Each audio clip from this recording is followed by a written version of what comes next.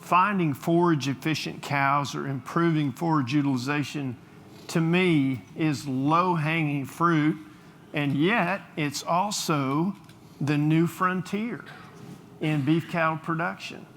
Now, I said this several years ago at BIF, and I'll say it again today, maybe tongue-in-cheek a little bit, but as Aaron showed you, we have selected for post-weaning traits aggressively for many years. I consider this to be the never-ending arms race for growth. And my question to the BIF group in 2016, I think it was, is where are we headed? What is the goal? When are we going to get there? And where is there? Okay, and so at some point, Mother Nature is going to, reach up and bite us because we've overdone things. And I didn't bring my introduction to share with you about what happened in the 40s and 50s with belt buckle cattle. Dr. Todashek, one of our previous department chairs, considered that to be the era of insanity in beef production. Okay, it led to many problems. I spent several years in Missouri with a colleague that spent his entire career overcoming the disaster that caused, with dwarfism being, the main thing. And then Dr. Todashek said the industry returned to insanity in the 70s and 80s, right? You remember that? I do. I was in high school and judging cattle was easy. You just picked the big one. Yeah. And so good for us maybe, but gosh, think about all the problems that led to. Wow. And here we are again. We just had the Cattlemen's Congress in Oklahoma over the last 2 weeks. Here we are right back to moderate, at least in terms of frame size, moderate cattle once again. But we've been aggressively selecting for these post-weaning traits, and the way I say it tongue-in-cheek has actually been giving lip service to the cow. And so the presentation you just saw, I think, is where the real meat is. And Dr. Borden's comments so many years ago about, well, actually the evidence of your progress is probably not going to be continuous change. We need to look at that differently. 74% of the feed energy of every pound of carcass weight that is produced, it comes from forage, 74%.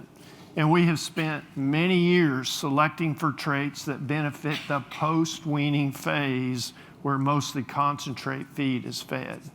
Okay, and so I think that's one paradigm we definitely need to shift. And then again, forage and supplemental feed costs continue to be the overriding factors driving profitability in U.S. cow-calf operations. And you see the references there. You can jump on those websites at the bottom from those programs and just see that time and time again, that it continues to be the driving factor. Okay, so just a real quick view. Aaron covered this very well, but let me just show you, just kind of for perspective's sake, this is what's going on.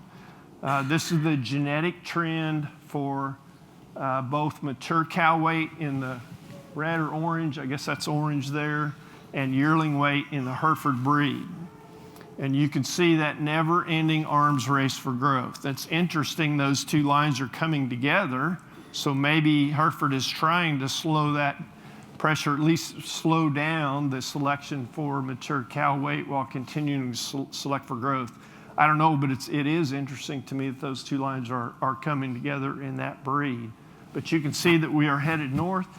If anything, we have the capability now to speed this up even more with genomic selection capability over the last few years. Here's the Angus breed.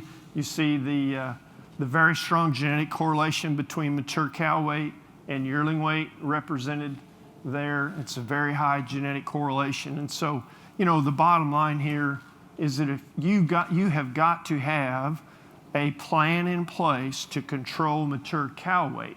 Now we're just going to use cow weight as a proxy for cow cost in the first part of this presentation. And definitely there is a fairly strong relationship, because certainly, bigger cows do eat more feed, and this is why. Because of these genetic correlations you see here. Again, these are the Angus breed genetic correlations they publish, and you can see that, if we continue to select for weaning weight, we're going to increase feed intake. Again, unless you have a plan to minimize that antagonism in terms of cow cost. Post-weaning gain is related to feed intake, obviously strong genetic correlation there, and then mature cow weight and growth. As Aaron Berger mentioned, a very strong relationship there. And so, yes, you can select for moderate cow size and increase growth in the feed yard and carcass weight. You'd be swimming upstream, but that's okay. That's what the industry did and cured, basically cured the dystocia, big dystocia problem. Sometimes I get off track and tell this story, but I'm going to tell you right quick. I was in, my job in Montana was to manage the cow herd and calve the heifers up there. And we pulled, I would say in those first calf heifers, we pulled probably 25% of the calves and did C-sections on maybe 10% of them. And I just thought that was normal. Well, it turns out, that was a disaster. It was a disaster back in those days. Let's see, that would have been in the mid-1980s. Yeah, and we don't have that issue now, or at least you should be able, Dr. Bullock, to breed your way out of that. Now, we had lots of discussion about maybe the pendulum swinging too far and people selecting too aggressively for a light birth weight and calving ease. You can overdo it in that direction too, but at least we have those tools. The industry, let's see, what do you call them? Curve bender cattle with moderate birth weight, good calving ease, and hundreds in the Angus breed, 170, 180 yearly weight EPDs. It's amazing what we have accomplished in the industry on those traits. We can probably do the same for mature cow weight, cow costs, relative to carcass weight. We've got a long ways to go to get there. And it's, if we are able to make some progress, it's going to take some time. Okay, so if we just use mature cow weight as a proxy for feed intake, I want you to think about it this way. This is some of the same material I presented this summer, but here what you've got is federally inspected carcass weights. Okay, the blue line is steers, the red line is heifers, and you can see those carcass weights just continue to climb. The yellow there is the cow carcass weights. And so we can convert those to a live weight basis just by using average yield in cull cows. And so we used about a 50% yield, which is very common. And when you do that, it suggests that cow weight is increasing at about the rate of 7.3 pounds per year, live cow weight. Okay, and so in 10 years from now, if this trend doesn't change, our cows will be 73 pounds heavier, Dr. Johns, than they are today. Okay, so, what implication does that have for you relative to stocking rate on your place? So let's just take a quick look at that. Now, I used an Oklahoma ranch example. I probably should have converted this to Kentucky fescue operation. This is basically native grass, big blue stem, 10,000 acre ranch, north central Oklahoma. And from a perspective standpoint, if you had 1,000-pound cows, and I think we use 35% harvest efficiency. No, we use 30% harvest efficiency to estimate the appropriate stocking rate. But you could stock on that place 1,100 and 15,000-pound cows, or if you had 1,500-pound cows, to apply the same grazing pressure, you should only be running 805 cows. Okay, and so think about it this way. If you'd had a 30-year career and you did nothing but selected for breed average or industry average bulls over time, I doubt if very many of you have been selecting for breed average for 30 years in a row, but had you done that, and you started with 1,100-pound cows, today, 30 years times 7 pounds a year, you should be running 130 fewer cows on this operation, okay? And so that is the kind of impact this can have on our industry, and that's just using mature cow weight as a proxy for feed intake. Yes, you're going to have a little, more income from heavier cull cows, and that needs to be considered. Okay, I thought Aaron Berger did a great job covering this, but are there environmental limitations? Do we need to consider that? And yes, absolutely we do. I'm going to show you some more evidence that this is occurring. The response to selection for growth is variable. Now, I'm going to show this data to you, but in case I forget to say it later, what I want to say is that what's important is what's happening on your place. Okay, I'm going to show you some interesting data, but this is very easy to track. If you have calf sale weights or your own records, you can track this yourself and draw, even make these kind of graphs to see what's going on in your place. But definitely dependent on the farm or ranch environment, evidence of limited growth capacity in many situations, as you just saw in the previous presentation. Okay, so for every 100 pounds of additional cow weight in Oklahoma, and I'm not going to show that data to you now, but I'm going to tell you, we've done about 7 of these surveys on ranches in Oklahoma. And we get a response for each 100 pounds of cow weight of about 6 to 15 pounds of additional calf weaning weight. You follow me? 100 pounds of cow weight in these 7 cases, we get somewhere between 6 to 15 pounds of calf weaning weight. We think it costs around $60 to $70 to keep the extra 100 pounds of cow weight around. And you can't even come close to paying for that $60 to $70 with a 6 to 15 pound response. It does not work, okay? And so let's take another look at a couple of other data sets that suggest why that might be happening. This paper's published about 6 years ago, 7 years ago now. We probably need to update this from Superior's data because maybe getting a little bit long in the tooth. We need to revisit that. Looks like those lines stop at about, 2016. So we need to do this again. But when we evaluated Superior's data for projected delivery weight as a proxy for weaning weights and cow-calf operations in those states you see at the top of that graph, what we found was that those Superior representatives anticipated that calf weights stopped increasing on average in about 2005. Now, we're assuming these Superior reps know what they're doing. And let me tell you, they do, right? Because they won't have their job very long if they miss that market weight by very much. Their customer's going to be very unhappy with them if they have to eat that slide, for over very many pounds of weight. So that's really fascinating to me that they stopped increasing at that time. And now what a lot of those Superior reps will say up in that part of the world, Kansas north and west, is that, we anticipate that your calves are going to wean this year just about what they did last year.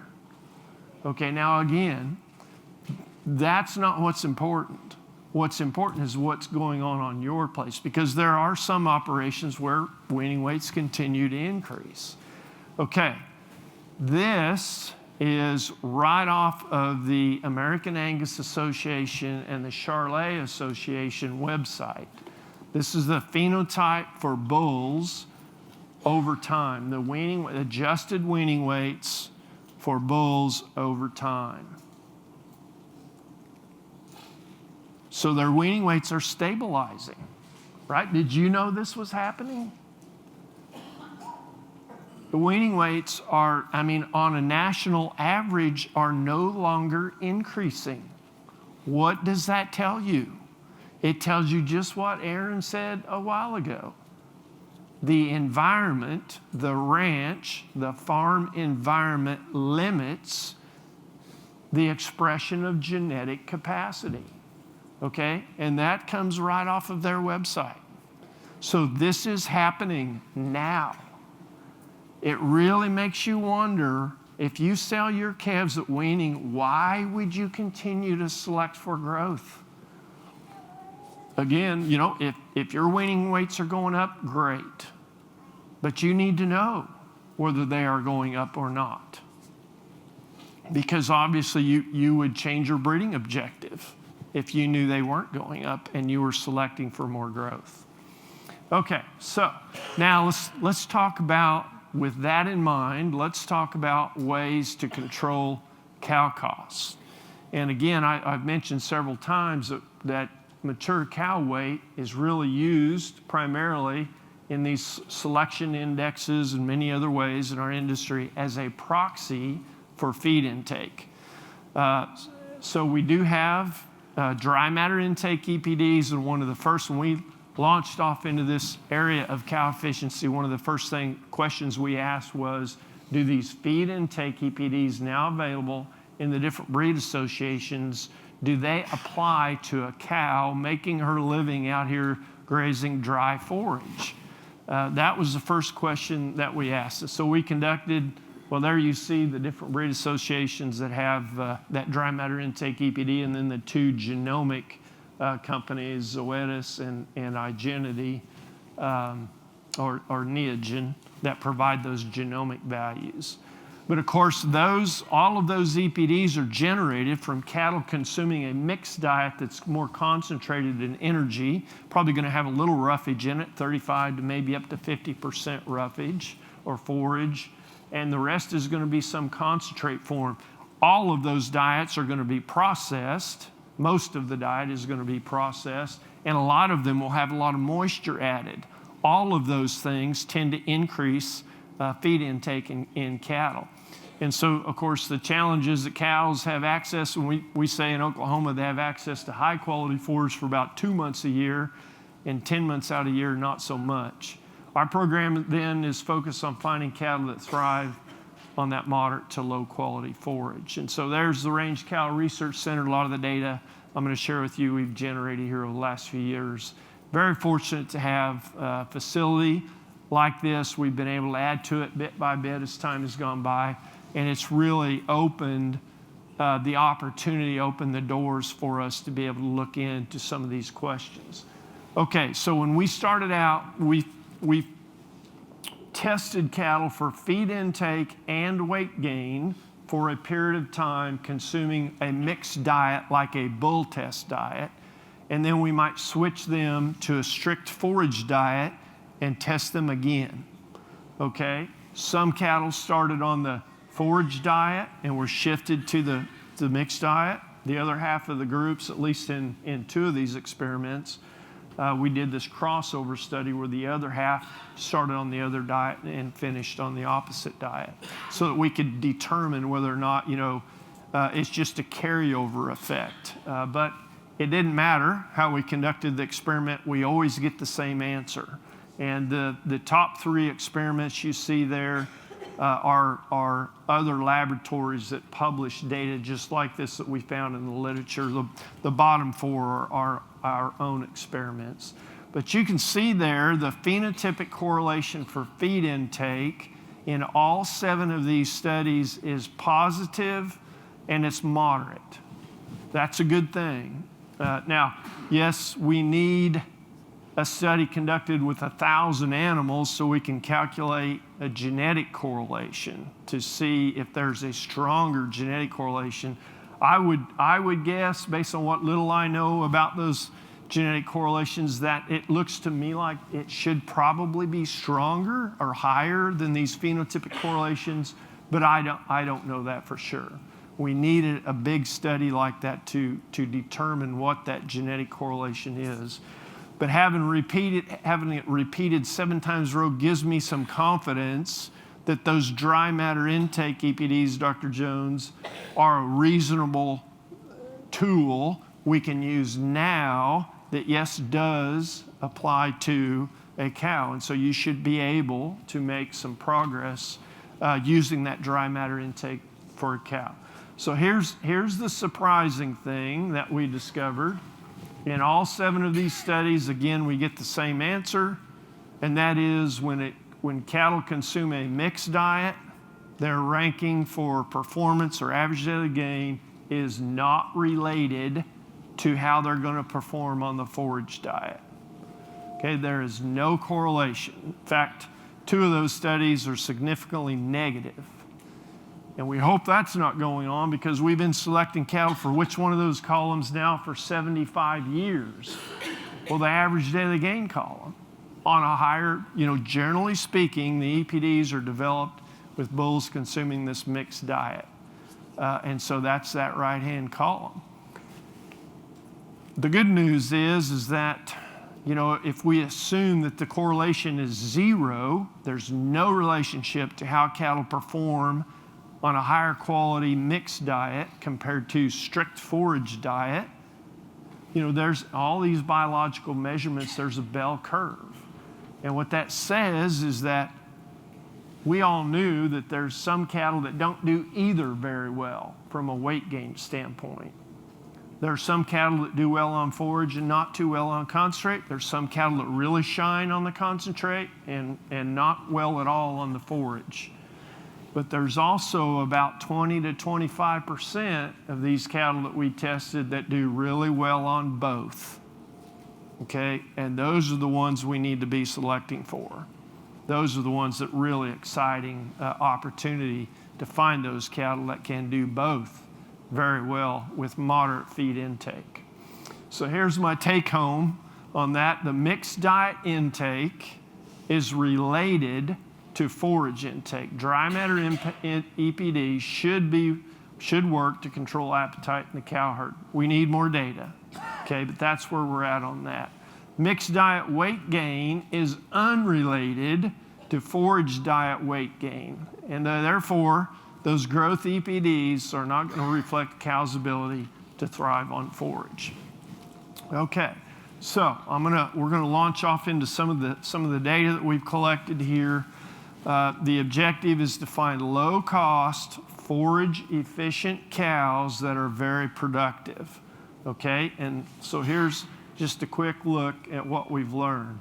So first of all, there's several other publications available, and our initial data on long-term projects do suggest that if we can find forage-efficient heifers, they turn into forage-efficient cows. Well, again, that's good news, because a heifer is much less expensive, less time-consuming, less hassle to test than a cow maybe a lactating cow with a baby calf at side.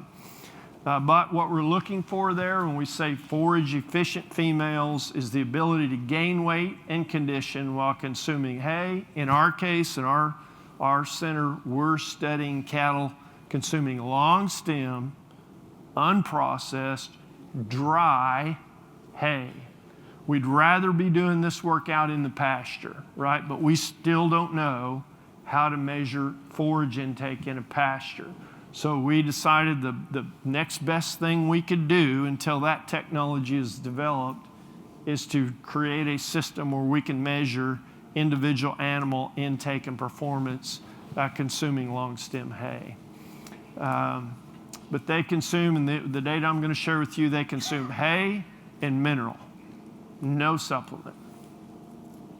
Okay, so I shared this with you last time I was here. We had just finished this project. This is one set of replacement heifers, and all I want to show you on the y-axis there, you've got observed average daily gain throughout this study, and down here on the X, you've got observed hay intake. Okay, and so I just wanted to show you again, remind you that there's tremendous variability in these phenotypes that we're measuring. Here you've got approximately the group average of intakes is a little bit below 17 pounds, but there's 4 heifers here that consumed the group average right about 17 pounds, okay? And I just wanted to show you there's one heifer there that's gaining 1.4 pounds a day, eating hay and mineral, and one heifer that's losing weight, for crying out loud. Now, she was healthy. She just couldn't handle that environment. She couldn't handle it. Every group we test, we find females like this down here at the bottom, okay? Cattle that just do not handle that environment very well. This is this last summer's contemporary group. Bailey Thompson just summarized this data for us not too long ago. She's pointing out here in the green rectangle, these are the ones that she thinks are the most efficient heifers in this group because they're not extreme in their forage intake, not extremely low, they're not extremely high in forage intake, and they're gaining like rock stars eating hay and mineral, okay? So pretty simple, pretty simple. I said, well, Bailey, why didn't you circle these out here? And she said, well, you told me not to pick cattle that would increase our cow costs. And I'm like, dang, turns out she was listening after all. And I think actually it's a pretty good idea. Yes, we want cattle to perform well, but we really want to control our cow costs long term. And then we find cattle like this in the red rectangle, as I mentioned, every time. And I can't think of a good reason why anybody, Dr. Lim Cooler, would keep those females as replacements because they're just not going to be able to handle that environment in a strict forage environment. Okay, so just a few comments here about, I used mostly the Angus breeds indexes and EPDs to estimate these values, and then we'll move on. But I wanted to show you that assuming there was a good question earlier about, well, you're saying we need to control our cow costs, select cattle for optimum, maybe below breed average, and so on. And then the question was, well, but what about the post-weaning characteristics? And isn't that going to affect, maybe the marketability of my calves? And so using the data from the Angus Association, if we just assume that you can achieve here in Kentucky a 20-pound response for 100 pounds of cow weight. I told you we can't get that. We can't find a place that's able to accomplish that in Oklahoma. I don't know about Kentucky, but I'm going to assume 20 pounds for this economic analysis right quick here, okay? Slightly negative influence on profit.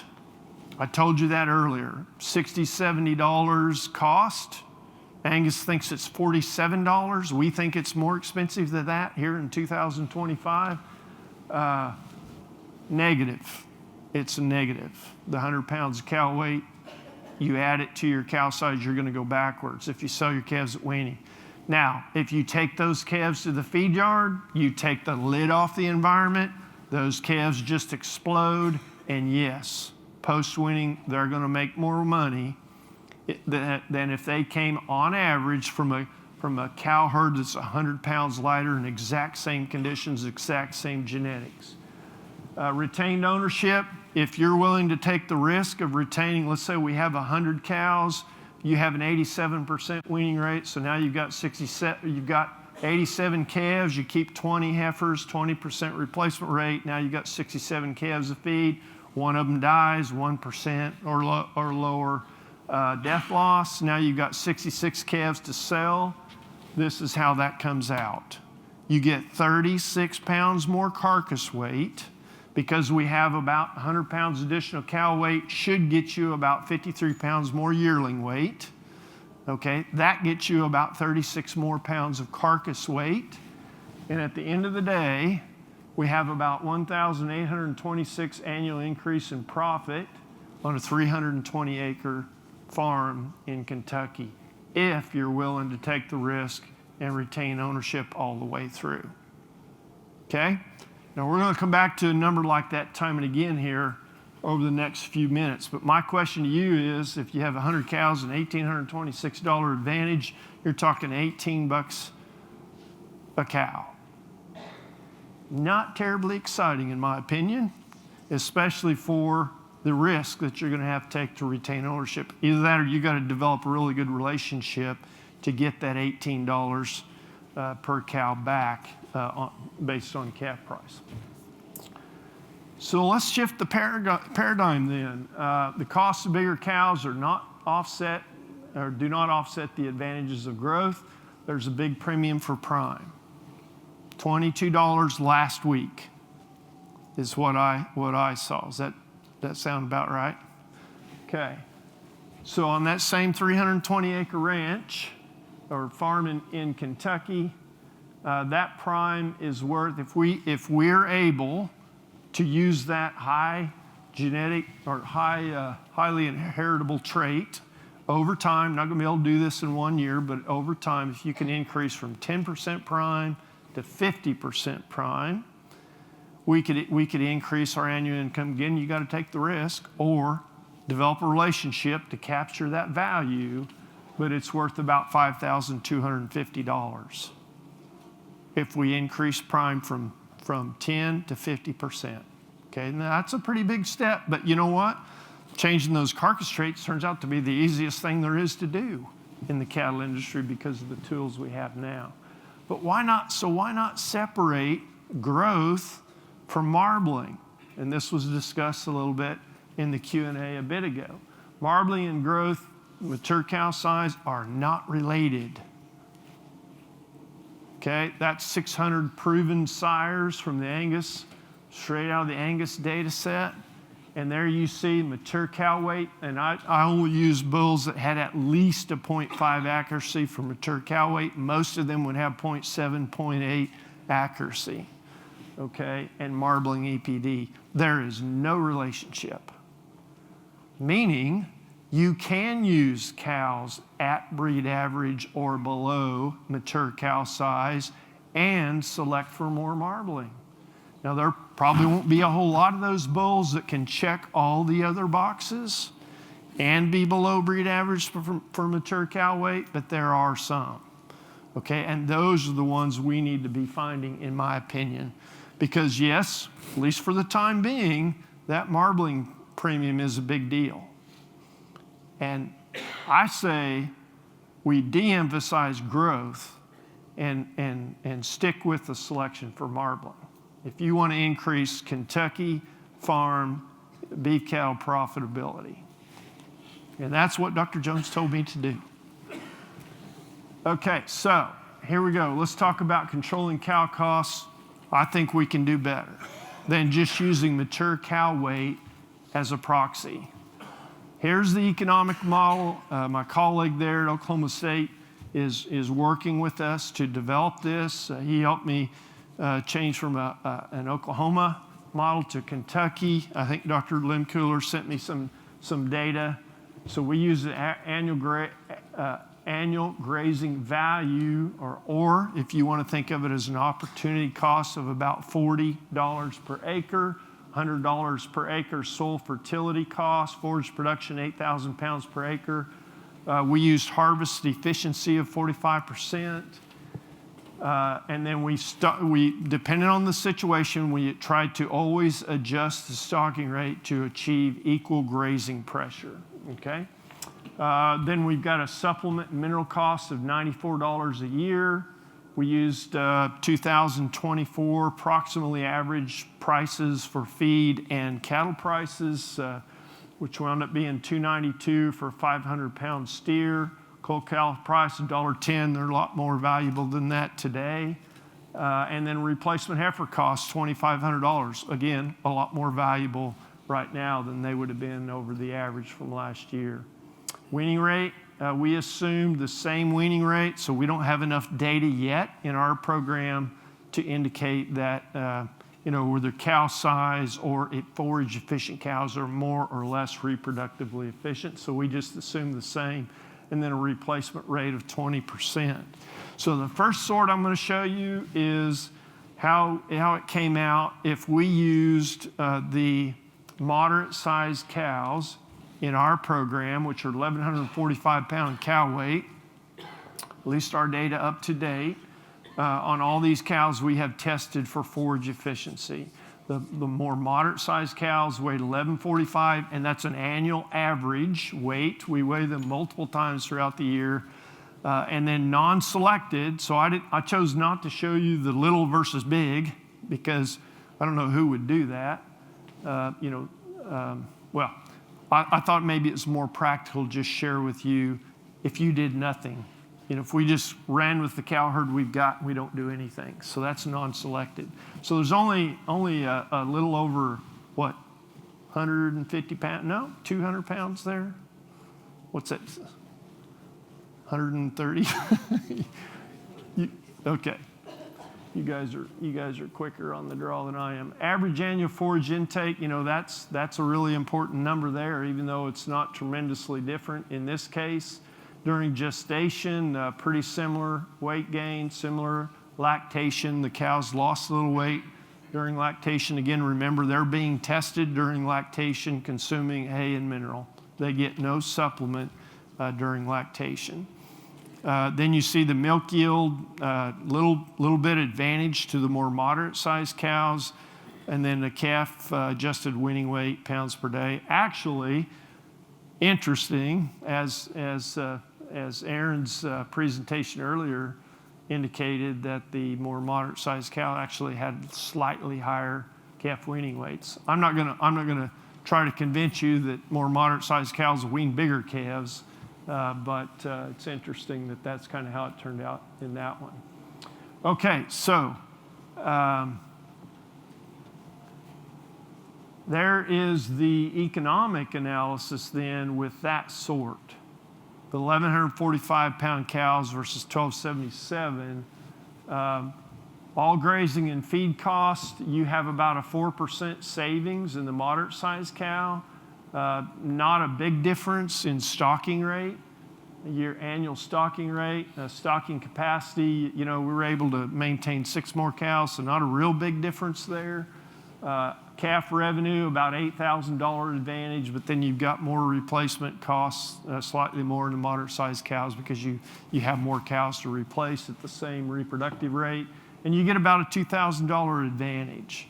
So, maybe not terribly exciting, and that's why I say we can do better. So now, let's select moderate-sized cows that are forage efficient. Do both at the same time.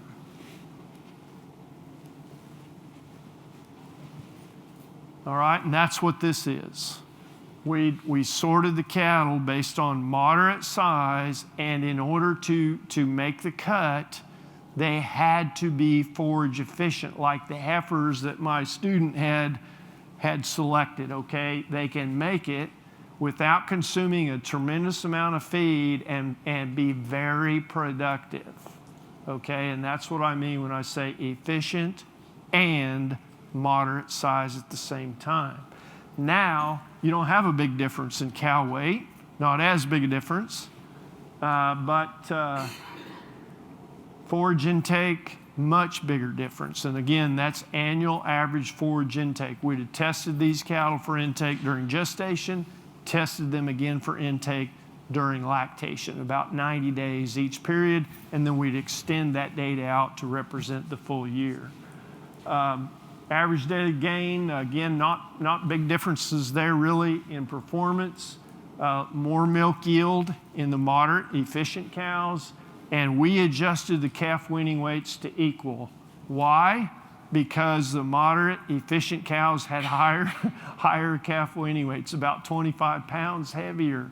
But I'm like, Jeff, I don't have enough data to be standing up here telling you that's going to happen. Give me another 3 or 4 years, and if that keeps happening, that'll be really cool. But right now, we'll just say, let's just compare it on an equal basis in terms of productivity. Here's your grazing plus feed cost per cow. Now you have a 13% advantage of the moderate, efficient cow group compared to non-selected. Now you've got a much bigger difference in stocking rate. Now we can run 17 more cows on that half section here in Kentucky. Calf revenue is $21,700 more. Again, it's going to be offset by more replacement female costs, but At the end of the day, you have $9,610 on this half-section Kentucky farm at the end of the day. In order to equalize that for the non-selected group, you would have to have a premium on the calves of the calf weight weaned in the non-selected group of $23 per hundredweight. Or you'd have to have $116 per calf premium to offset that.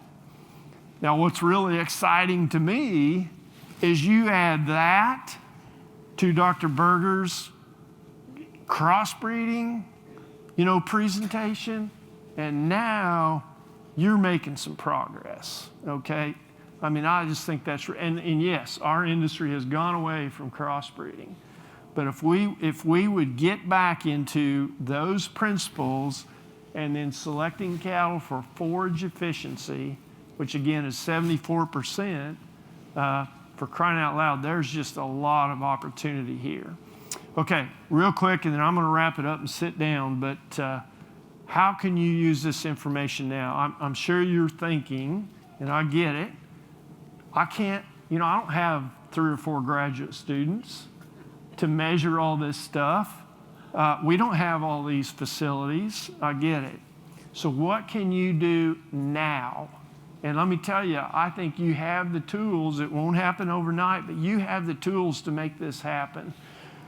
And let me just go back to that. So here, number 1, rank your replacements for forage weight gain. You can do it in a pen with hay. You can do it when you turn them out on moderate quality forage. I wouldn't turn them out on wheat pasture or something that's supreme forage quality. I would use a time period in the year when there's nothing else going on, maybe right after weaning or something like that, and turn them out and just weigh them when you turn them out. Give them 70 to 100 days probably, and weigh them again. I mean, how difficult is that? And you'll find out which ones can handle the forage environment. And you're probably going to want to do that at a time when you're not feeding a lot of concentrate. I mean, preferably none. But, maybe you have to supplement a pound or 2. A little concentrate's probably okay. But, the more concentrate we feed, the more we muddy the water. That's my point. Okay, number 1, and that's simple, and I think maybe that is the biggest deal, is finding cattle that can handle that forage environment. Number 2, use sires with breed average or below, mature cow weight EPD, and dry matter intake EPD. All right, and then finally purchase young herd sires from breeders or use AI sires from breeders reporting cow weights and testing for feed intake. Why do I say that? Well, Dr. Bullock's going to tell you, that those folks are going to have identified genetics, that are, well, number 1, have a higher level of accuracy for those traits and maybe several generations of that. Okay, so quick example, same set of bulls. They had to be at least 0.5 accuracy for mature cow weight. They had to be at least 0.5 accuracy for feed intake EPDs. Again, most of these sires will be much higher than that in accuracy. You see 4 quadrants there. The green lines are breed average for those 2 traits. And I just want to point out a few things. Okay, study that. There are not very many bulls in that circle, but study that for a second. Why would you do that? Why would anyone use those? After what we've been talking about here, please tell me you wouldn't do this on purpose. You get it? Everybody follow me? Why would you select for a smaller cow or sire that produces smaller females that eats more? And those animals are out there. Every group of contemporaries we test, we find smaller females that eat a lot. Okay? And they're out there. And this, the technology we have today will help you find those and avoid them. So that's my point. You're also going to have lower cull cow income if you use sires like that. And if you have, you probably it's maybe been accidental. So there's my green rectangle or square, and I'm just suggesting exactly what Dr. Berger did earlier, and that is, maybe the sweet spot is somewhere around breed average to below breed average. And I'm going to suggest that we combine those two traits when you're choosing herd sires. Combine mature weight and feed intake EPD, and we will make more rapid progress on controlling cow costs. Okay, I think that makes a lot of sense, and there's the reasons why. Should ensure modest cow costs, moderate post-weaning traits in those cattle, and then lower. You are going to have to accept lower cow income, of course, if you do select for smaller cow size. There's a bull, for example, that we're using right now, and very, very productive, but yet low should result in females produced with lower cow costs. There's my summary. I think our operation should focus more on, and many of you are, but fertility, longevity, and cost, and less retaining ownership. Output and production, of course, is part of our profitability equation. Dr. Berger really covered that really well, but secondary in the cow-calf enterprise, and I think we just need to focus more on making it secondary rather than the primary breeding objective. And then also encourage more breeders to collect that data, the cow weight data, the dry matter intake, EPD data. Understand it's expensive, but our industry could benefit tremendously from that. Thank you for the invitation. I appreciate being able to be here, and happy to take any questions if you have them.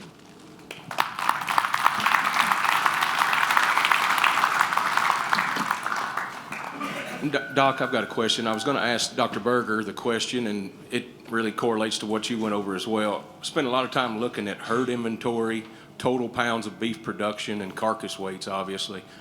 Over the last 30 years, we've increased beef production by 2 billion pounds annually with 30% less cows. We've chased that genetic race. Obviously, we've seen that it's not been very profitable for us to do so. So I've got two questions. One, are we breeding ourselves out of business and our future generations out of business for the lack of need of cattle because we're making those carcasses so large at this point? And secondly, when you go back to that quadrant that you showed there at the last slide, over the next 2 to 3 generations of that selection, do we start lower to the left in that quadrant and then gradually work back towards the middle in that quadrant so that we don't shift that pendulum back too far? Yeah. I'll start with that second one first, because I think it was Aaron Berger and I had the discussion earlier that can you take that trait too far as well, like maybe we have on birth weight? And I think absolutely. You don't want to get too carried away. Continue to select for lower and lower feed intake, because I think eventually Mother Nature is going to make sure you pay for that. But what you have to do is just make sure that when you, in the midst of your selection, that you continue to focus on cows that are productive, fertile, and are able to produce year after year after year and raise a good size, healthy calves for sure. First question, are we about to produce ourselves out of business? Now that's an interesting question. I'd say no, because our number one, we are at the point we are because we had many years of $2 corn. Okay, we have cheap corn again this year, but what happens when corn gets to $8 a bushel again, or 10? Carcass weights are going to go down. Your pasture, your forage value is going to skyrocket. Even this year with high cattle prices, we are seeing lease rates for wheat pasture like we have never seen before. I'd never dreamed of people paying for wheat pasture. So when we have droughts in corn country, you know, things are going to shift substantially, and that will definitely favor, again, the cow-calf industry, not from a cattle price perspective, but from a cost of production and the ability of Mother Nature, as was mentioned earlier, to convert water, carbon dioxide, and sunlight into, you know, the most delicious, nutritious protein source in the world. And so, no, I don't think we will ever produce ourselves out of business, because, you know, the world population is growing faster than we can keep up with, you know, the need for cost-effective, healthful food supply. I don't know if I did a great job answering that, but go ahead. Super job. That's one more hand for our speaker.